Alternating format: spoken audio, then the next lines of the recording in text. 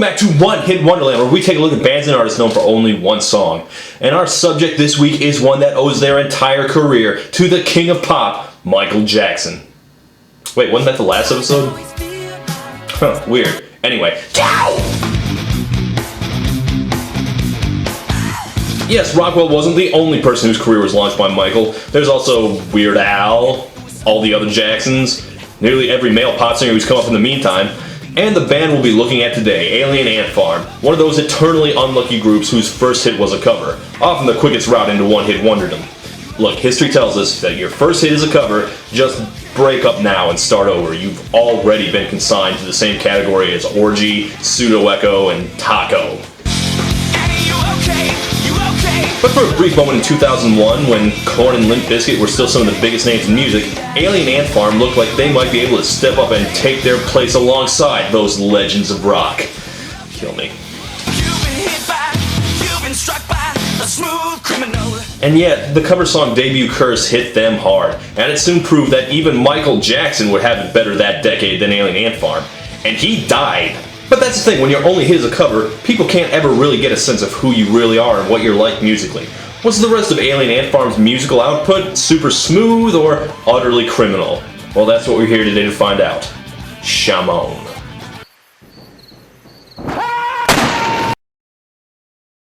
Alien Ant Farm were formed in 1995 in Moreno Valley, California. The name comes from this idea that Earth is just an interstellar terrarium and that we were all put here by aliens. You know, like at the beginning of Prometheus? I think that's what Prometheus was about. I have no idea what Prometheus was about. Their official biography says that this whole idea came from a daydream their guitarist had, and you can infer what that means on your own. There's not a lot of information about their pre-signing days, but according to AllMusic, their main influence is Primus. Well, congratulations guys, you sound absolutely nothing like Primus. Lead singer Dryden Mitchell also counts among his influences Edie Brickell and Tracy Chapman. I'm not aware of too many things. I know what I know if you know what I mean. You get a fast car. I want a ticket to anywhere. You guys not know what the word influence means? Anyway, they released an independent album in 1999, which they called Greatest Hits, as basically an acknowledgement that they didn't expect to ever release anything else.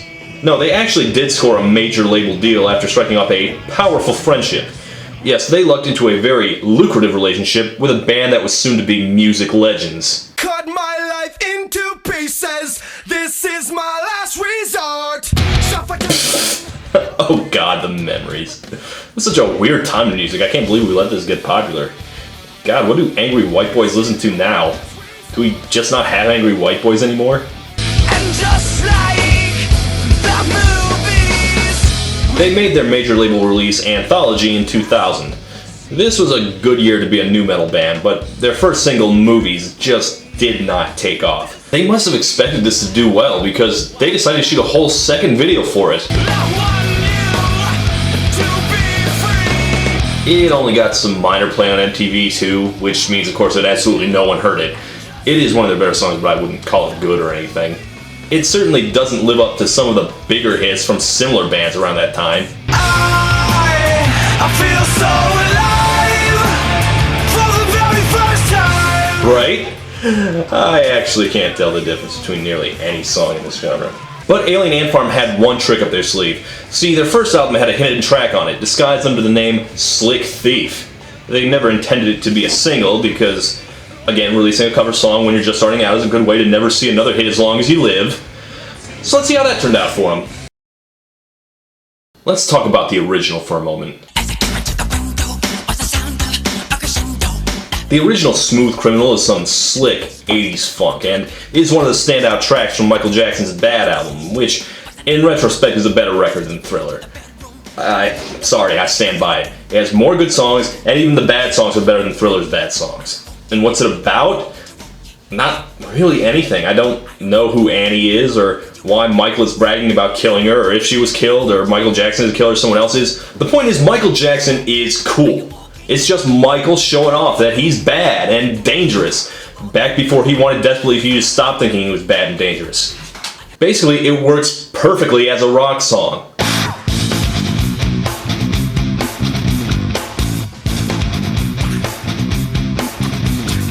Alien Ant Farm's Smooth Criminal works on two levels.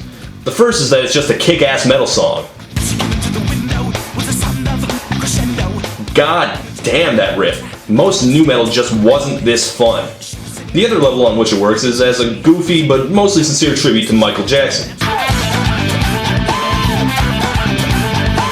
You gotta understand that admitting to listening or liking MJ in 2001, no one did that. Especially the rah, angry white voice set. And even if you did admit to liking Michael Jackson, that appreciation went as far as Thriller and no later.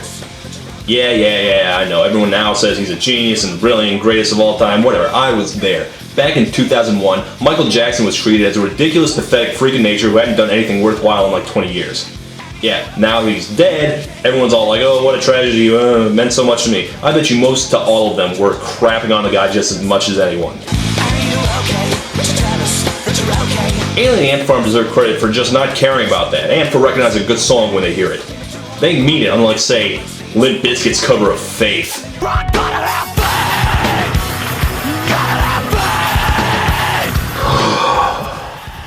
And it's also not Chris Cornell's version of Billie Jean either, which at least does recognize that part of what makes Billie Jean work is the fear and angst, but does not recognize that the other part is that Billie Jean is tight and tense and not moaning and slow. Alien Ant Farm doesn't take away what made Smooth Criminal work, it just pumps it up even further. And look, nothing can take away from the original, but you know what? I don't remember people saying many good things about the original Smooth Criminal before Alien Ant Farm. Bad holds the record for most #1 singles off an album, and Smooth Criminal wasn't one of them, even with the epic music video. It kind of ranked behind the title track and Man in the Mirror, maybe The Way You Make Me Feel too, but now everyone's like, ooh, Smooth Criminal, best song you ever wrote. And, well, they're not wrong, but maybe we all need Alien Ant Farm to remind us. I also love they basically threw in every Michael Jackson reference they can think of in the video. That one guy does some pretty good Michael Jackson woos, but no matter how hard you work on your moonwalk, eventually you have to start writing hits of your own. They just released movies again. Yep, they apparently really thought movies had it in it to be a big hit. In fact, they re-released it with a whole high-budget music video with all sorts of stupid jokes and movie references. Wait! Look there! Which is weird because this isn't a fun song at all. As far as I can tell, it's a poorly written breakup song.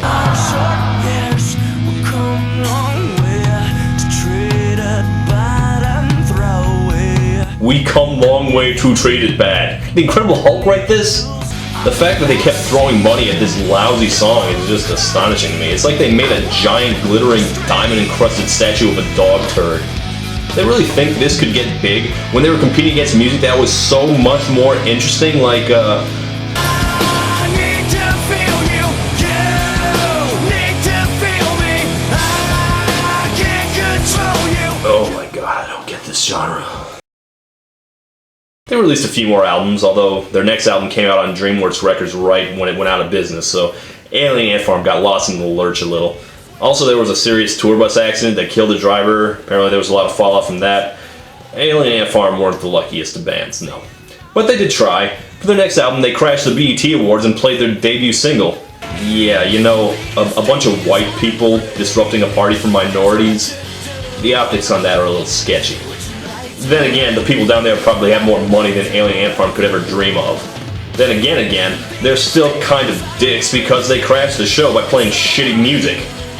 I bet if they played Smooth Criminal, the crowd would get into it. What else did they release? Your attitude is welcome, welcome.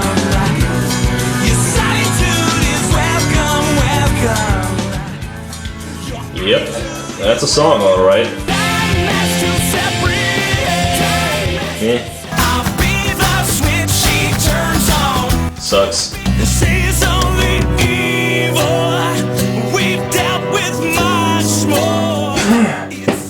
All of this sounds the same. Every shitty unknown band for the past 15 years sounds exactly like this. There's no point in any of that. I give up. No. You know, I feel like I'm not giving this my due diligence.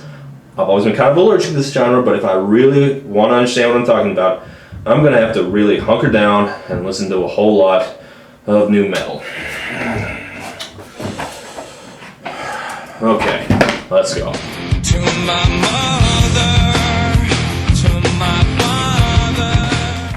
Okay. Crawling in my skin, these wounds they Still as hilarious as the first time I heard it. hate everything. Oh, let's see. Broken home.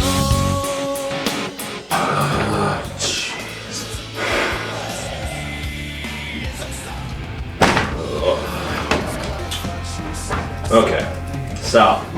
I think I got it.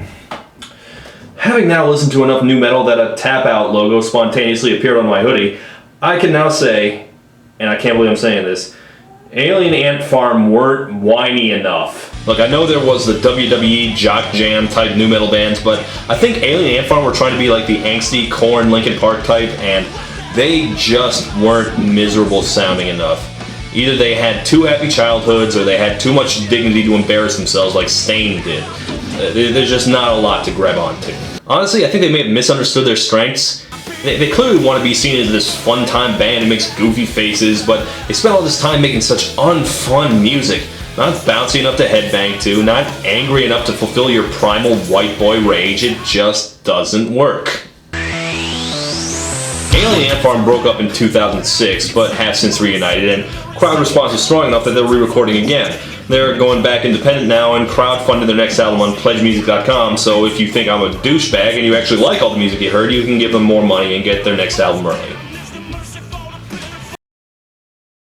No! They covered Smooth Criminal, but they probably should have covered Bad because they were pretty bad. Smooth Criminal was their only hit because it's the only one where they sound like they're having a fun.